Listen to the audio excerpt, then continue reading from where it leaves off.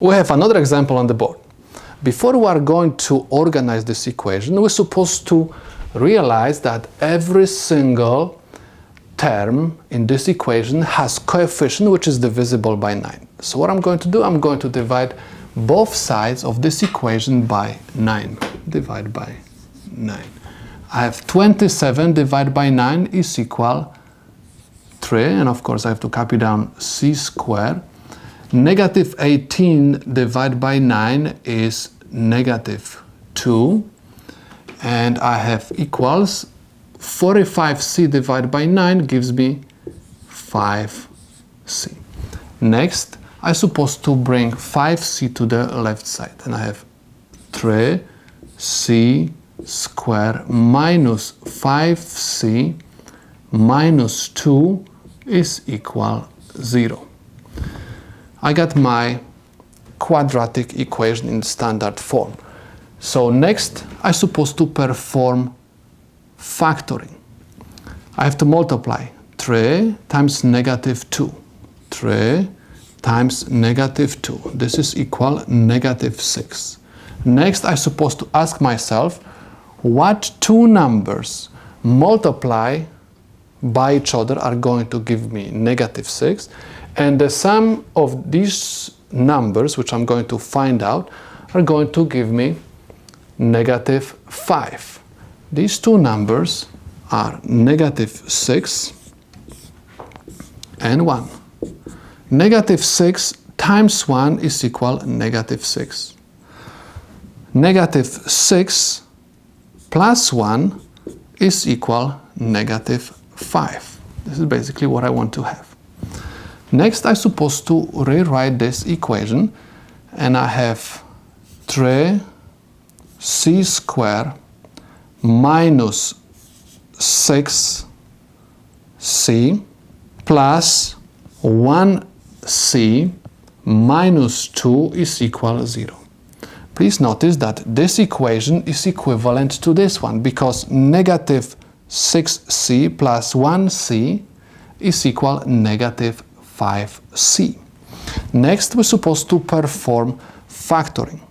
From these two terms, we can factorize 3c. And inside of the parentheses, I'm going to have c minus 2. From these two terms, we can factorize 1. Most of the time we don't write it, but I will do it just to make you understand. And I have c minus 2 equals 0. The common factor for these two terms is c minus 2. So that's why I'm going to factorize it. And I'm going to have c minus 2 times 3c plus 1 equals 0. In order to make left side equal to the right side, one of my factors is supposed to be 0 or both.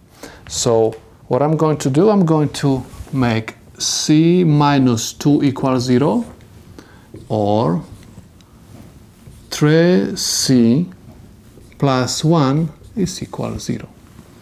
In order to solve this equation for c, I have to move negative 2 to right side. And I have c equals 2. And this is my first answer.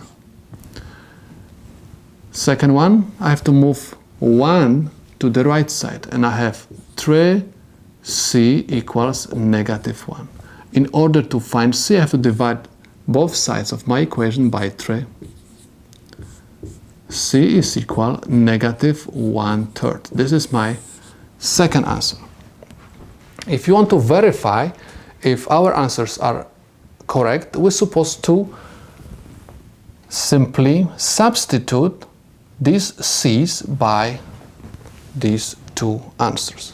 Okay, so let's prove it. We have 3c squared minus 5c minus 2 is equal 0.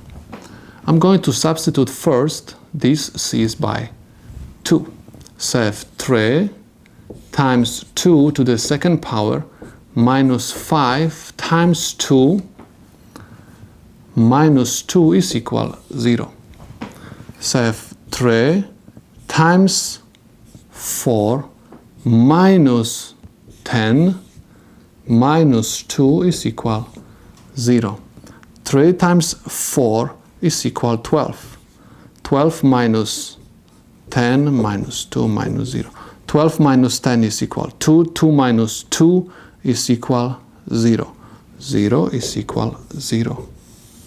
Left side of my equation is equal to the right side. That's why this is correct answer. Let's verify the second one. Again, I'm going to copy down the original equation. I mean the simplified original equation. We have 3c squared minus 5c minus 2 is equal 0. And instead of c this time, I'm going to use negative 1/3. So I have 3 times negative 1/3 minus 5 times negative 1/3, don't forget about square, minus 2 is equal 0. I have 3. This power is going to eliminate my negative sign, and I'm going to have 1 over 9. Negative times negative will give me positive, so I'm going to have plus 5 over 3 minus 2 is equal 0. 3 and 9, we can reduce them, and I'm going to have 1/3 plus 5/3 minus 2 is equal 0. 1/3 plus 5/3 is equal 6/3 minus 2 is equal 0. 6 divided by 3 is equal 2. 2 minus 2 is equal 0. 2 minus 2 is equal 0 equals 0. As you can see, again, left side of my equation is equal to the right side.